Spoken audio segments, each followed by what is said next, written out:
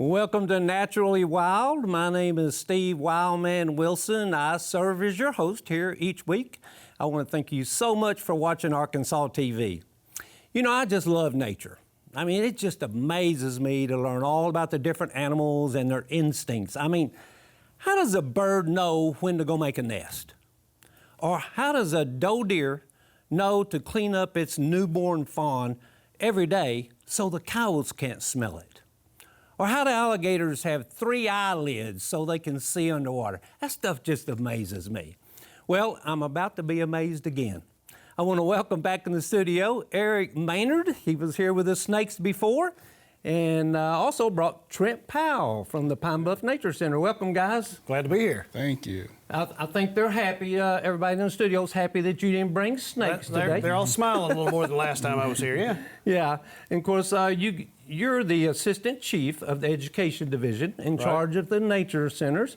And Trent, you work out of one specific nature center down Pine Bluff. Tell us about that. Yeah, so I'm the manager of the Delta Rivers Nature Center. I've been there for about 11 and a half years now. What all do you do down? Tell us a bit about that nature center while you're here, though. So our nature center is one of 9 across the state, and what we do is we are public-facing facilities. People can come out and visit us. They can see the animals and learn about nature here in Arkansas, learn about hunting and fishing and all the different things that you can do outdoors. And you're located, if you want to go to Pine Bluff, tell us how to get there. So come on down to Pine Bluff. We are located in Regional Park, so on the north side of Pine Bluff, right around downtown. But just come into Regional Park and you'll find us. Open weekends, hours of operation? We're open from Tuesday through Saturday from 8:30 to 4:30. So. And I've been down there. You got a neat nature trail. When it gets a little bit cooler, it might be good. But talk about that nature trail a little bit. So yeah, we have just under 2 miles of trails, but yeah, we have paved trails for those who need handicap accessible trails.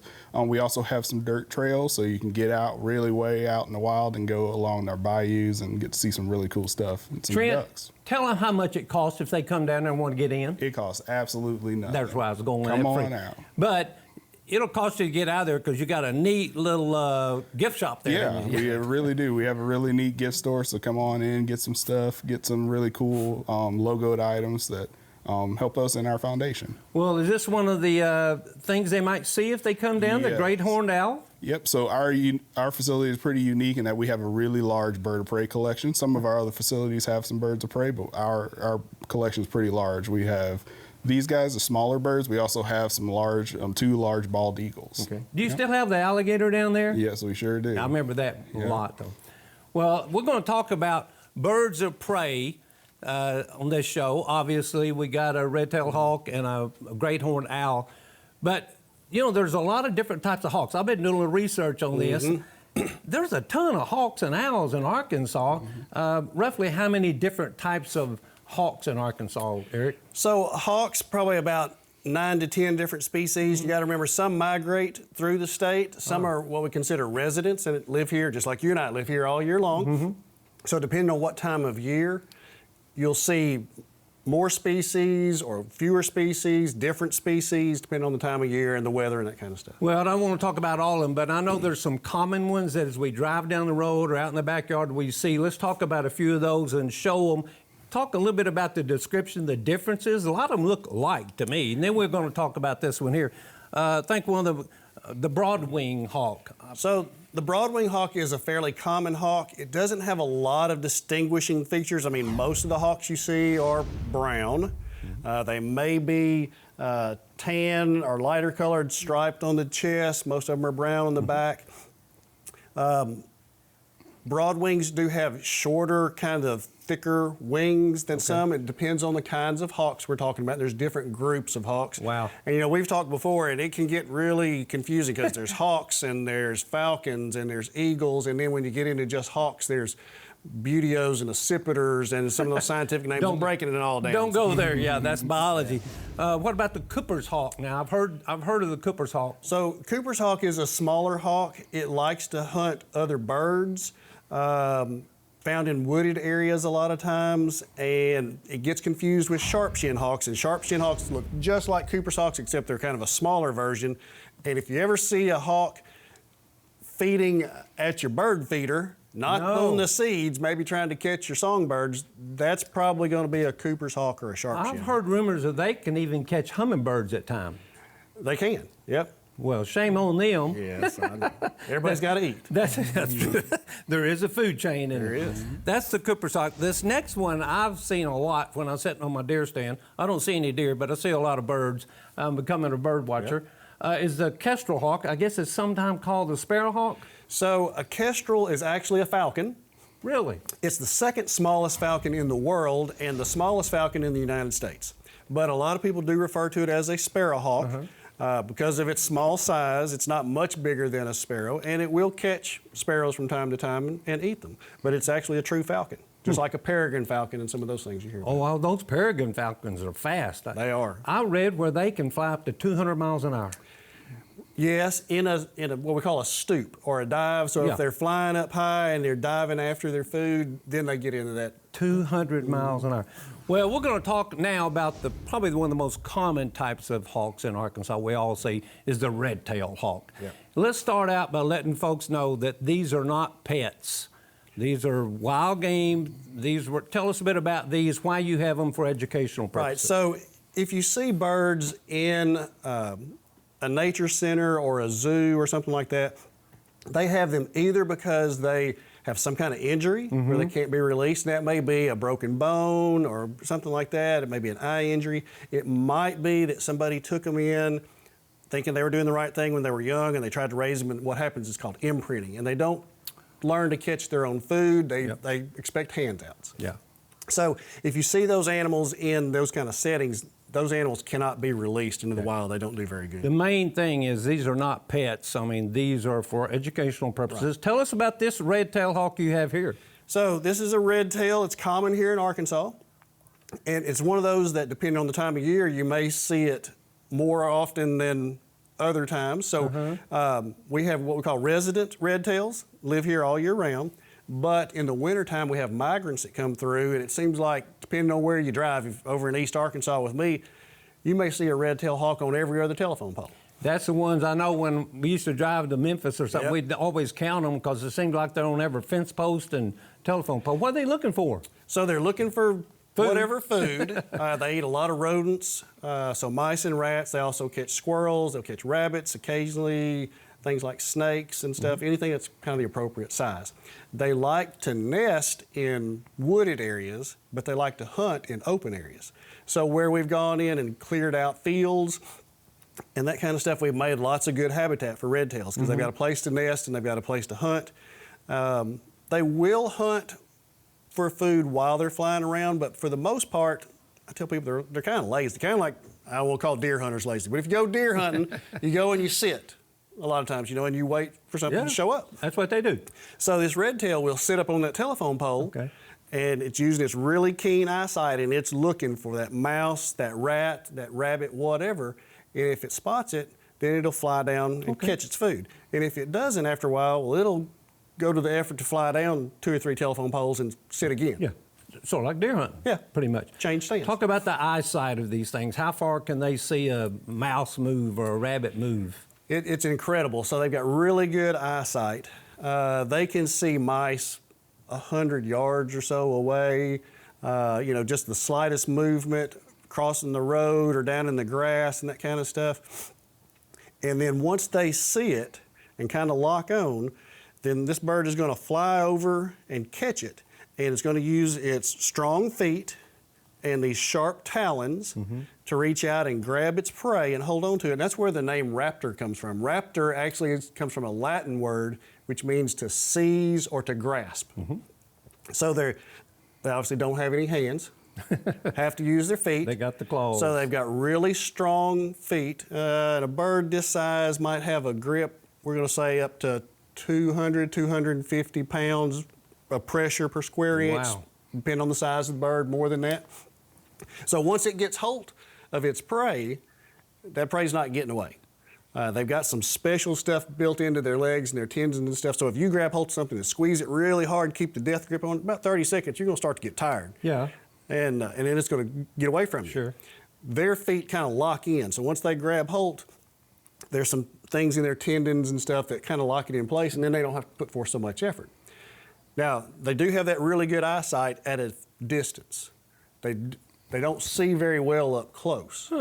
So if you ever spot one on the ground and it's got its food and it's sitting on top of it, sometimes you'll see it kind of back up and raise its head and look, because it can't see it. It's farsighted. It's farsighted. There you go. So it's trying to get as far away from it as it can. And then See what he's eating. when it gets ready to eat, it bends over with its hooked beak and it bites hold and tears off pieces. We always tell kids they can't use a knife and a fork, don't have any hands. It's got knives and forks. So Whoa. they use their feet to hold on to it and their beak to tear off pieces if they don't He's swallow. got a pretty big wingspan now. What does he weigh? So red-tailed hawks will vary from 1.5 pounds, maybe up to 4 pounds, depending on whether they're male or female and what part of the country they're from. So with most birds of prey, those farther north weigh more than ones down south. And the females are generally 25 to 30% larger than the males. Okay. Now, unlike eagles, I know eagles, you can tell males from females by size, but also maturity. How do you tell a male from a female here? Just the size, or is it coloration? Just size. So there's not any difference in coloration with red-tailed hawks.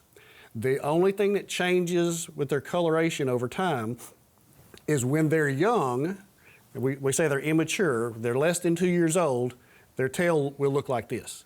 So it's not red. Oh. It's got these bars or stripes on it. And then from that first year to second years, they molt and they lose the feathers and grow in feathers. And I'm gonna rotate around here and let you see this is a full-grown adult. So he's got this rusty red colored tail. It's not bright red, it's not cherry red or something like that. Rust, uh-huh. Yeah. It's a rusted tail hawk instead of a Yeah. red tail hawk. But let me tell you what, when they're up there, I see them soaring a lot. They'll just circle around up there, and that sun coming through, it does show up pretty red. And they're looking for something to eat, obviously. That's how they make their living. And they will mate for life, like lots of other birds of Wow. prey. Cool. They raise 1 to 5 chicks in the springtime. The thing about a lot of predators, red-tailed hawks, about 80% of them don't make it through their first year. What's their predators? What's their limiting factors? Part of it is food, weather. I mean, think about it. If you were born this spring and you're having to live through this hot summer and you're young and you're not being able to catch food or find water, there's some things like that. Then people, pesticides, there's a lot of things like that. Do other birds eat these, or are they at the top of the food chain? They're almost there. We say they're at the top. What? There is a bird that will catch these and eat them every great once in a while, and it's your partner over there. sitting next to we, me. we better talk about him a little bit. By the way, this bird minds really well. I can just tell it to spread its wings. Watch this. See? Hey, like that. Do it again. Thank you. Try that. Thanks. Good job, Eric. Hey, Trent, tell me what you have there. So I have a great horned owl, and this one's a male. So just like Eric was saying, you can tell the difference between male and female by that size. So he's a little bit smaller. Female great horned owls get a little bit bigger, up to about 5 pounds. Now, people don't usually see as many owls, I think, as they do hawks. There are some common owls in Arkansas, too. Let's look at some of those video before we talk about this great horned owl. The one that always amazed me was the screech owl, the little screech owl. Talk about the screech owl. Yeah, so the eastern screech owl is really neat owl. It is what we call an urban owl. They're oftentimes found near us, near people. So they love those little patches of woods in suburbs. Now, it looks like he has horns, too. But those are actually just feathers? They're feather tufts, exactly, and they're part of their communication system. So they can use those feather tufts when they're upset or anything like that. They can use those feather tufts to kind of signal to other birds. Yeah, so the screech owl looks a little bit like that, but a lot smaller as well. Yes, they sure do. Another common, two more common ones that I'm familiar with is the barn owl. Yep, Talk about that a little bit. The barn owl is a really neat species of owl. They're actually found all over the world, not just here in Arkansas. Really? Yeah. So the only place we can't find barn owls is in Antarctica. Is that the monkey face they call it? Yeah. Or heart face or whatever? So Look at that. They come in different subspecies, so some are a little bit darker, some are lighter. So you get some dark ones, and some cultures around the world don't really like having them around. They think they represent ghosts and things like that. But the barn owl, it's a really neat bird. They're incredibly smart. They've been tested. They can actually tell the difference between different prey items based on the sound of their footsteps. No. So incredibly smart. Now, bird. is that the one that says who cooks for you, who cooks for you all? Or No, is that that's the next not one? that one. That's the next one. The next one's the barred owl. Yes, named for the vertical bars on their bellies. The barred owl is really neat because they're actually found all over the state of Arkansas Yeah. in any of the different types of habitats we have. And the reason they are is because they have a very diverse diet. So we talked about these birds, they eat mostly mice and rats, squirrels, rabbits, things like that. But the barred owl will actually go into eating things like snakes and lizards and frogs and salamanders. They even eat crayfish sometimes, and they've also been known to eat bats. Really? Yeah. So by having such a diverse diet, they can always They eat find pretty much something what to they eat. want, don't they? Exactly. Yeah. If it's kicking and moving, And they'll that's try. the one that says their cadence of the call is who cooks for you, who cooks for you all. Yeah. All the turkey hunters know that pretty Oh, well. yeah, there. they sure do. All right, let's talk about the great horned owl. How old is that one? So this guy is actually about 12 years old. So the great horned owl is the largest species of owls that we have here in Arkansas. They are incredibly strong, and they've got a bad reputation when it comes to the way they interact with other birds. So like Eric mentioned, they oftentimes will eat other birds, Yeah. including up to red-tailed hawks. They've even been known to hunt down and eat bald eagles. No, they're pretty. Did he just wink at me? He did. Do they do one eye at a time? They can. They can blink one eye at a time, and Scared they me also there. have a little nictitating membrane. So they have a little extra eyelid there. So when they're flying through something thick, through some thick forest or thick woods, they can close that nictitating membrane to help keep debris out of their I just eyes. love nature. I mean, I didn't know that. Really? Hey, you were telling me, is this it? Okay. Yeah.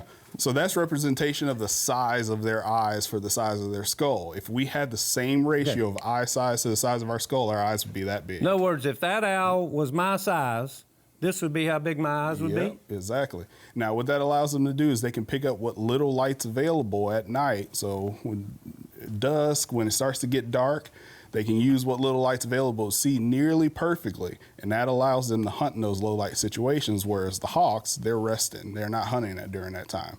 So it removes some of the competition. So they just hunt at night, and any of these hunt at night as well, or are they daytimers? No, they're daytime. So these are diurnal raptors, and these are nocturnal raptors. I got that. And then we could break it down farther. Yeah. But that gets into that all those different scientific terms. Dawn and dusk. But how big will he get? So this is full size. Okay. So he's a full size male adult. Yeah. Wow. Now they're also incredibly strong. In his feet, he has about 500 pounds per square inch of pressure. So that helps with him hunting down some of those other birds. They also have a terrible sense of smell. These great horned owls do. So Wait they're a minute, actually a terrible sense of smell or Yeah. a terrible smell? terrible sense of smell. Sometimes a terrible smell because they're the only natural predator for skunks that we have here in Arkansas. They eat skunks? They sure do. No wonder they have a. Terrible smell every once in a while. Now, is that the ones the wings are feathered? I guess Yeah. feathered. So Let me with see that. owls, speed is not their thing. What they're trying to do is they're trying to slip in and sneak up on their prey. So these guys do have fringed feathers on the tips of their wings. So when they're flapping and they're flying in, it's almost silent. So they can sneak up on their prey very easily. I've heard them referred to as the silent flyers, and they're on you before you know it. Oh, yeah. Now, they don't dive bomb like some of these do. No. They just sneak up on them and. Sneak up on them and just kind of swoop down. So they're not incredibly fast. They're not really built for speed. They're built to be quiet. Yeah, not me. I remember doing some camps when we went to Boys and Girls Camp. They did an owl prowl where you go out because there is a food chain in that, and they taught us not to call this one up first. Yeah. You call the bottom of the food chain. Yeah. Because if you get him up close to you, the others aren't coming. Exactly. Wow. Yep. If the other birds hear this guy out in the woods, they go into hiding. I got some sounds here. The barn owl. I'll just make this, see if you can hear it. This is the barn owl. Yeah.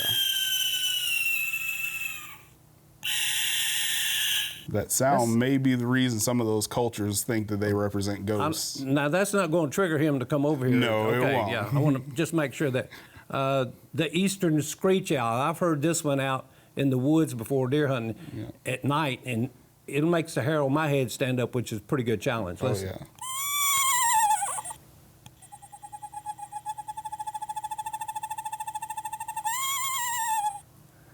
That sounds like a woman screaming to me out there. Oh, yeah. The great horned owl, this is the sound that, we don't name these animals, by the way. Remember, they're the wild animals. The great horned owl.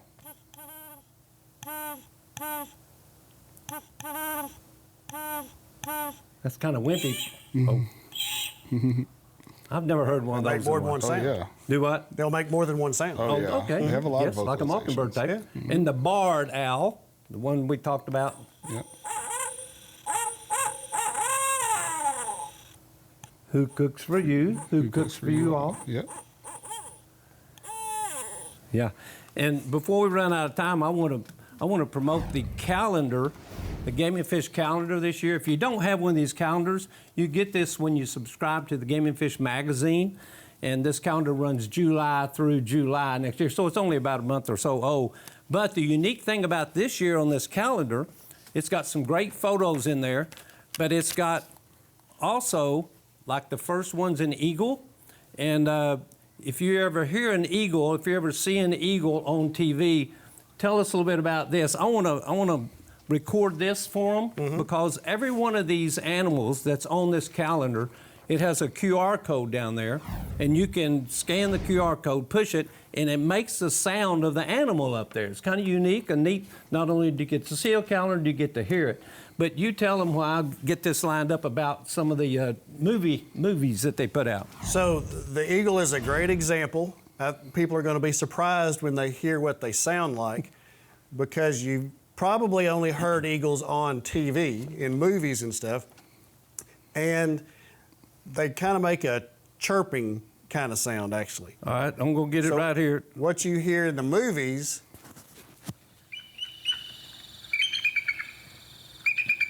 so that's the real deal. That's a real eagle, but you never hear an eagle flying over doing that. What are they usually playing? When you're seeing that eagle fly over in the movies and it makes that screaming sound, it's this red-tailed hawk right here. Oh, really? That's what you're hearing, is a red-tailed hawk scream. Well, that hurt my feelings if they ought to feature him on there. They'd get paid a thing for it. And I think another one they had, hey, he's going good. I think they had a screech owl as well. Yeah, the eastern screech owl. Same thing down there. Let me get it real quick. Now, if you want to hear eagles chirping like that for real up close, you go down to Pine Bluff. Oh, yeah, you got eagles up there. They've got them down there. You can see them. And oh, there it is. Okay. So you got all that, the Pine Bluff Nature Center? We sure do. That's awesome, guys. Hey, it's good information there, and I know they want to invite you to the nature centers, but there's other places you can learn about that. There is actually a hawking association. Talk about that a little bit. The Arkansas Hawking Association is a group of falconers, and falconers are people who are using birds of prey to hunt with. So they don't go out with their shotgun or their rifle to hunt. They take hawks, falcons, sometimes owls out, Really? and they do not retrieve. So it's kind of different. So the bird goes out and captures the prey, but then its natural instinct is to eat it. So if you're Well, going to yeah. get it, then you have to be like the dog. You're out there trying to flush out the prey and all that kind of stuff, and then you have to retrieve. I've been on a couple of those, and you're right. We just walked around there shaking limbs and make a squirrel move. Yep. And I think we had 2 falcons following us tree to tree, and I mean, they were dive bombers. It was really fun. Other places I might could learn more about the Audubon? Audubon Society has lots of good information. The Little Rock Zoo has a good bird of prey collection in the state. Those are probably the top ones right there. If you want to see them up close or learn about them online and stuff, Audubon. Well, I want to end the show with a challenge for everyone. This, Trent brought me one of these, and this is an owl pellet. And if you've never seen one, you need to.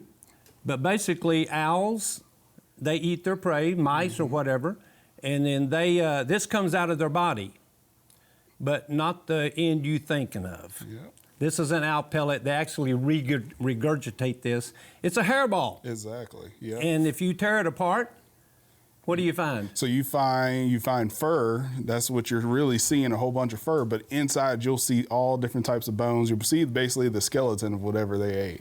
And I know sometimes in schools you go in there and put the mouse back together and so forth. We sure do. Yep. Owls are incredibly efficient animals. So we talked about them being able to sneak in to catch their prey, but their bodies are efficient to where they don't want to waste energy on digesting fur and If people bones. can't come to your nature center, do you go do school programs at times? We sure do. So on the Arkansas Game and Fish website, we have an outreach form. You fill that out and send it on to us, and we can come out to you. That's agfc.com. Sure is. And then / owls or hawks. Hey guys, thank y'all so much for being here. Very, very informative. Great birds, beautiful. And once again, visit one of the nature centers. You'll learn all about all sorts of wildlife. That's all the time we have this time. I'll see you next time on Naturally Wild. This program was made possible by Arkansas Hunters Feeding the Hungry, East Harding Construction Company, David's Burgers, Greenway Equipment, Arkansas Farm Bureau, and the Electric Cooperatives of Arkansas.